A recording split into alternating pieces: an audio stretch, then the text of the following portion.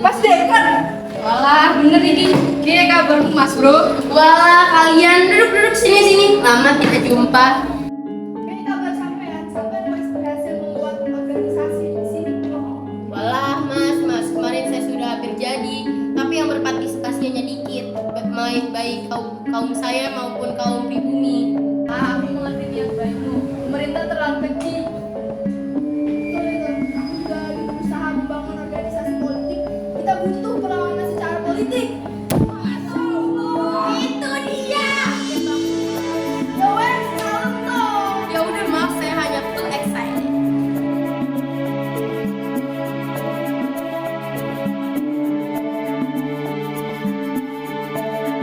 Apa sampai senyum sendiri? Oh iya, sorry ya. Saya hanya kepikiran tentang Partai Politik Indonesia. Bagaimana kalau misal kita bikin partai? Aku beri nama Indich Partij. Dengan itu, Indich Partij terbentuk. Indich Partij banyak diekspos pada surat kabar The Express. Mereka menyatakan pendapat-pendapat yang memicu semangat juang para pemuda masa itu melalui surat kabar. Indich Partij berkembang dengan baik. Dengan adanya Indich Partij ini, memicu kelompok pemuda untuk ikut membentuk sebuah partai politik. Sore ini, 3 serangkai sedang menuju sebuah pemukiman. Berniat ingin membagi ilmu juga memberikan mereka motivasi nasionalisme. Namun, berbeda dengan sore-sore sebelumnya, 3 serangkai menemukan prajurit yang sedang mengambil uang salah satu warga desa itu. Apa itu maksudnya? Ini buat iuran. Siapa yang nyuruh kamu, sobat? Anda, saya diancam karena kalau tidak melakukan ini, keluarga saya akan dibunuh. Baik, tidak apa-apa. Ibu saya punya sedikit tabungan. Itu bisa dipakai di kemudian hari. Iya, betul. Pasti untuk pesta. Tahu kok. Benar kata Cinto. Ini pesta untuk perayaan Belanda tentang kebebasan Prancis. Masa mereka pesta pakai uang rakyat? Benar-benar berbata tahu diri. I'm so angry right now. Tapi kita tidak boleh gabah. Pikiran buat surat. Surat apa? Surat sindiran buat Belanda. Boleh tuh, nanti aku bawa mesin ketikku. Apakah sudah jadi?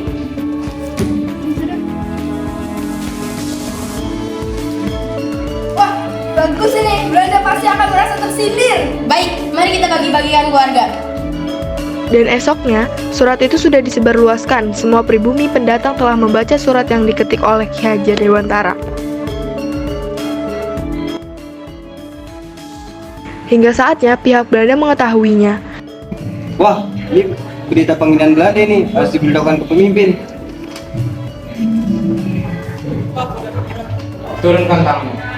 Ada apa, Bram? Saya mendapatkan berita penghinaan Belanda, Jenderal. Ya. Petinggi Belanda melihat surat kabar itu dan langsung menghempaskan surat kabar itu. This is penghinaan. Komandan, siapkan prajurit. Siap, Jenderal. Dan Belanda memulai penyergapan mereka terhadap Indich Partij pada sore harinya. Apa-apaan ini? Bagaimana rasanya tidak bisa apa-apa? Pendidikan bukan? Orang yang bisa mendapatkan pekerjaan yang baik. Namun kalian telah memilih jalan ini. Sangat disayangkan. Sialan!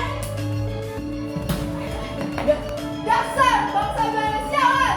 Pergi sana kalian. Kami akan memperjuangkan kemerdekaan Indonesia. Merdeka. Prajurit, asingkan mereka bertiga ke Belanda. 3 serangkai diasingkan ke Belanda secara terpisah-pisah untuk waktu yang tidak ditentukan oleh Belanda. Di dalam masa pengasingan, mereka memanfaatkannya untuk menimba ilmu dan merencanakan rencana-rencana politik untuk menggarang Belanda. Namun saat dalam masa pengasingannya, Cipto Mangunkusumo jatuh sakit dan meninggal, lalu dipulangkan ke tanah air. Dan Does Dekker serta Ki Hajar Dewantara memutuskan untuk bertemu di rumah sahabat mereka. Dia adalah orang yang paling bersemangat. Aku gak tahu kalau dia cepat mati. Benar, aku kira kau duluan. Dia yang menyebalkan. Anggota Indich Partij akhirnya berpisah dan melanjutkan perjuangannya masing-masing. Ki Hajar Dewantara membangun taman siswa sementara Does Dekker melanjutkan perjuangannya lewat pers. Indich Partij merupakan organisasi berumur pendek, namun menjadi awal panutan bagi partai-partai yang berdiri di Indonesia.